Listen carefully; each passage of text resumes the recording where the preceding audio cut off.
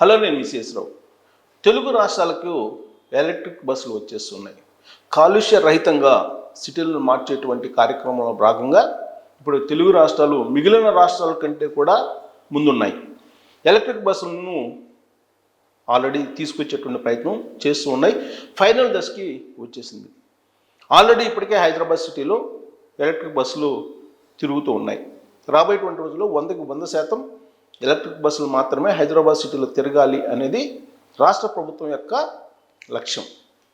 Same ఇలాగనే ఆంధ్రప్రదేశ్లో కూడా విశాఖపట్నం, అమరావతి, విజయవాడ, గుంటూరు, తిరుపతి ఇలాంటి ప్రాంతాల్లో ఖచ్చితంగా ఎలక్ట్రిక్ బస్సులు మాత్రమే తిరగాలి అనేటువంటి లక్ష్యాన్ని పెట్టుకున్నారు.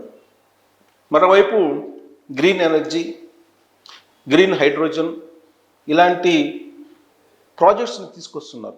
రాబోయేటువంటి రోజుల్లో క్లీన్ అండ్ గ్రీన్ ఇవి మాత్రమే కనిపిస్తబోతున్నాయి.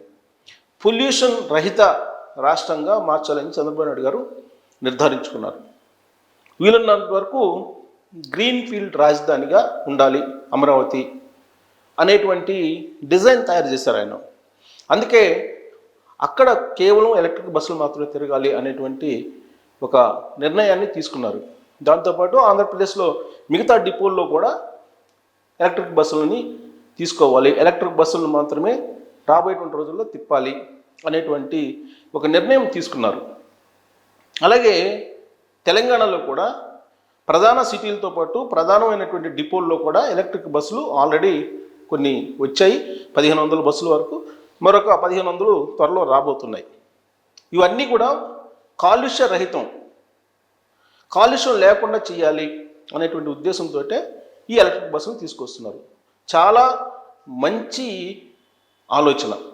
ఎందుకంటే పొల్యూషన్ తోటి ఇప్పుడు నగరాలు ఇబ్బంది పడుతూ ఉన్నాయి. ఢిల్లీ లాంటి మహానగరాలు అసలు పొల్యూషను ఎక్కువగా ఉన్నందు కారణంగా శ్వాసకోశ వ్యాధులతోటి చనిపోతున్నటువంటి వాళ్ళ సంఖ్య ఎక్కువగా ఉంది. ప్రమాణానికి మించి కాలుష్యం ఎక్కువైపోతుంది హైదరాబాద్లో. వైజాగ్లో కూడా అలాంటి పరిస్థితి ఉంది. అందుకే ముందు చూపుతోటి ఎలక్ట్రిక్ బస్సులని పరిచయం చేస్తున్నారు. అలాగే ఎలక్ట్రిక్ వాహనాలని, కార్లని, ఆటోలని అన్నిటిని కూడా ఎలక్ట్రిక్ కింద మార్చేయబోతున్నారు. అలాగే గ్యాస్, సిఎన్జి లాంటివి ఉపయోగిస్తున్నారు. దీన్ని ఒక విప్లవంగా తీసుకెళ్ళాలి అనేటువంటిది కేంద్ర ప్రభుత్వం యొక్క ఆలోచన. దానికి కారణం ఏంటంటే భారతదేశం దిగుమతి చేసుకుంటున్నటువంటి ఉత్పత్తుల్లో ఎక్కువ ఆయిల్ గల్ఫ్ నుంచి కానీ, రష్యా నుంచి కానీ, ఇతర దేశాల నుంచి కానీ ఆయిల్ ఎక్కువ దిగుమతి చేసుకుంటుంది. దాని కారణంగా భారత ఆర్థిక వ్యవస్థ ఇబ్బందులు పడినటువంటి సందర్భాలు కూడా ఉన్నాయి. అందుకే ఆయిల్ దిగుమతులను కనుక తగ్గించుకోగలిగితే భారత ఆర్థిక వ్యవస్థ స్థిరంగా ఉండేటువంటి అవకాశం ఉంది. ఆ దిశగా ఇప్పుడు కేంద్ర ప్రభుత్వం అడుగులు వేస్తుంది. కేంద్ర ప్రభుత్వం స్కీమ్స్ని కూడా పెట్టింది. ఆ స్కీమ్స్ని అందిపుచ్చుకున్నటువంటి తెలుగు రాష్ట్రాలు ఎలక్ట్రిక్ బస్సులని వేగంగా తీసుకురావడానికి ప్రయత్నం చేస్తున్నారు. అయితే ఇక్కడ ఒక చిన్న తిరకాసు ఉంది. ఏంటంటే ఆంధ్రప్రదేశ్లో 2019 నుంచి 2024 వరకు ముఖ్యమంత్రిగా ఉన్నటువంటి జగన్మోహన్ రెడ్డి గారు ఆర్టీసీ కార్మికుల్ని ప్రభుత్వ ఉద్యోగులుగా మారుస్తానని చెప్పి హామీ ఇచ్చారు. ప్రభుత్వంలోనైతే ఆర్టీసీని విలీనం చేస్తానని చెప్పి చెప్పారు ఆయన. ట్రెజరీ నుంచి శాలరీస్ ఇస్తాను అని చెప్పి చెప్పారు. శాలరీస్ అయితే వాళ్ళకి ట్రెజరీస్ నుంచి వెళ్తూ ఉన్నాయి. ప్రభుత్వ ఉద్యోగుల మాదిరిగానే వాళ్ళకి జీతాలు వెళ్తున్నాయి. కానీ ఆర్టీసీ కార్పొరేషన్గా ఉన్నప్పుడు ఆర్టీసీ కార్మికులకు అందినటువంటి సహాయ సహకారాలు ఆరోగ్యపరంగా కానీ, ఆర్థిక పరంగా కానీ, సంక్షేమం పరంగా కానీ చూస్తే ప్రభుత్వంలో విలీనం చేసిన తర్వాత అన్యాయం జరిగింది అనేటువంటి అభిప్రాయంతో ఎక్కువ మంది ఉన్నారు. ఇప్పుడు ప్రభుత్వంలో కలిపారు. ప్రభుత్వం ట్రెజరీ నుంచి ఉద్యోగస్తులకు జీతాలు ఇస్తున్నారు అని చెప్తున్నారు. మరి సైంటిఫిక్గా కలిపారంటే సైంటిఫిక్గా కలపల. కార్పొరేషన్ పరిధిలోనే నడుస్తున్నాయి అక్కడ ఉన్నటువంటి ఆర్టీసీ బస్సులు. మరి బెనిఫిట్స్, ఈఎస్ఐ లాంటి స్కీమ్స్ ద్వారా బెనిఫిట్స్ పొందేటువంటి కార్మికులు ఇప్పుడు పొందట్లేదు. దాన్ని ఇప్పుడు సైంటిఫిక్గా చేయాలంటేనేమో మళ్ళీ కార్పొరేషన్కి ఉద్యోగాలు పంపించాలి. పంపిస్తేనేమో ఒక ఇబ్బంది, పంపించకపోతేనేమో మరొక ఇబ్బంది. ఇలా ఆంధ్రప్రదేశ్ సిచ్యువేషన్ ఉంది. ఇక తెలంగాణలో వాళ్ళ యొక్క డిమాండ్లు ఎక్కువగా ఉన్నాయి, కార్మికుల డిమాండ్లు. వాళ్ళు ప్రైవేటైజేషన్కి వ్యతిరేకంగా పోరాడుతున్నారు. ఆల్రెడీ ఎలక్ట్రిక్ బస్సులు వచ్చేసాయి తెలంగాణలో. అందుకే వాళ్ళు సమ్మె నోటీస్ ఇచ్చారు. ఫిబ్రవరి 9వ తారీఖు తర్వాత ఎప్పుడైనా సరే సమ్మెకు దిగే అవకాశం ఉందని చెప్పి ఆ సమ్మె నోటీసులో ఉండేటువంటి సారాంశం.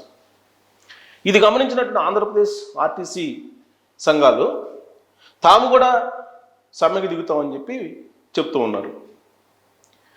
ఈ క్రమంలో ప్రభుత్వాలు అప్రమత్తం అయ్యాయి. అసలు ఎందుకు వీళ్ళు ఇప్పటికిప్పుడు సమ్మెకు దిగాల్సి వచ్చింది అనే దాని మీద అధ్యయనం చేస్తున్నారు. దానికి కారణం ఏంటంటే ఎలక్ట్రిక్ బస్సులని తీసుకొస్తున్నారు. ఈ ఎలక్ట్రిక్ బస్సులు ఎవరు రన్ చేస్తారు అని అంటే కార్పొరేట్ సంస్థలు రన్ చేస్తాయి. కార్పొరేట్ సంస్థలకి, మెయిల్ లాంటి కార్పొరేట్ సంస్థలకి, మెగా లాంటి కార్పొరేట్ సంస్థలకి ఇచ్చారు ఈ ఎలక్ట్రిక్ బస్సులని. ఆ రూట్లు కూడా ఖచ్చితంగా ప్రైవేట్ కంపెనీలకి, కార్పొరేట్ కంపెనీలకి ఇచ్చేటువంటి అవకాశం ఉంది.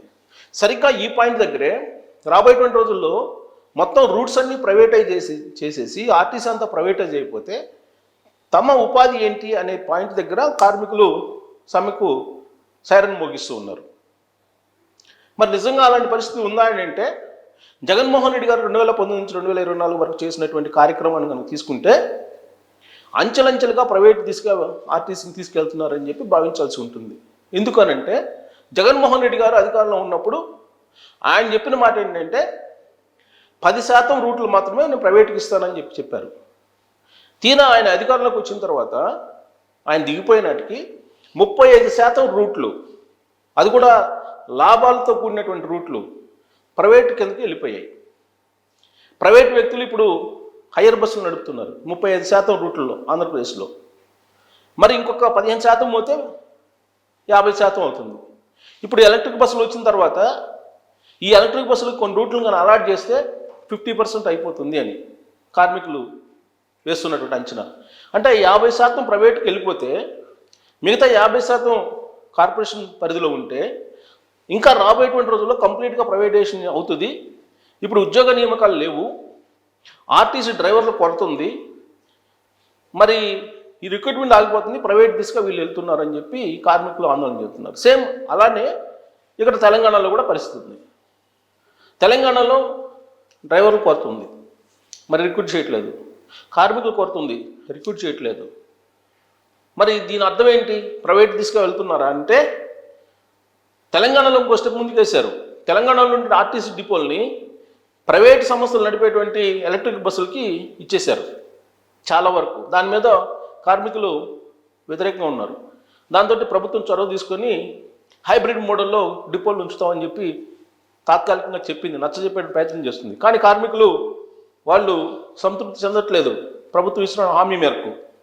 సో అప్పుడు జగన్మోహన్ రెడ్డి గారు ఆంధ్రప్రదేశ్లో చేసిన నిర్వాహకం కానీ, కేసీఆర్ గారు తెలంగాణలో చేసినట్టు నిర్వాహకం కానీ కంటిన్యూ అవుతూ వస్తుంది. ఇప్పుడు ప్రైవేట్ దిశగా ఆర్టీసీ వెళ్ళిపోతుంది. దానికి ఆద్యం పోసినట్టుగా ఎలక్ట్రిక్ బస్సులు వచ్చాయి. వాటి నిర్వహణ ప్రైవేటు కార్పొరేట్ సంస్థలు తప్ప ప్రభుత్వం వల్ల కాదు అనేది ఇప్పుడు ప్రభుత్వాలు భావిస్తున్నాయి. ఇలాంటి తరుణంలో రాబోయేటువంటి రోజుల్లో పూర్తి స్థాయిలో అంచెలంచెలుగా క్రమేణా ఆర్టీసీ ప్రైవేటీకరణ కాబోతుందా లేదా అనే దాని మీద కామెంట్ రూపంలో మీ అభిప్రాయాన్ని తెలియజేయచ్చు. Thank you very much.